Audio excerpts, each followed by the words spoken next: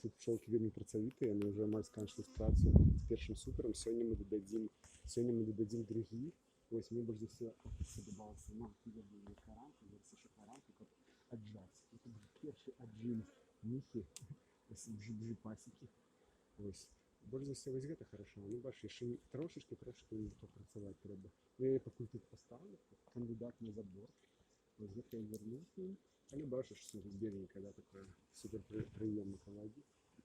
Это то, что называется пиво. Давайте глядим в центр. Ну, бачиш, тут еще працують, але вона вже, ну, как бы тяжка. В этом сенсі.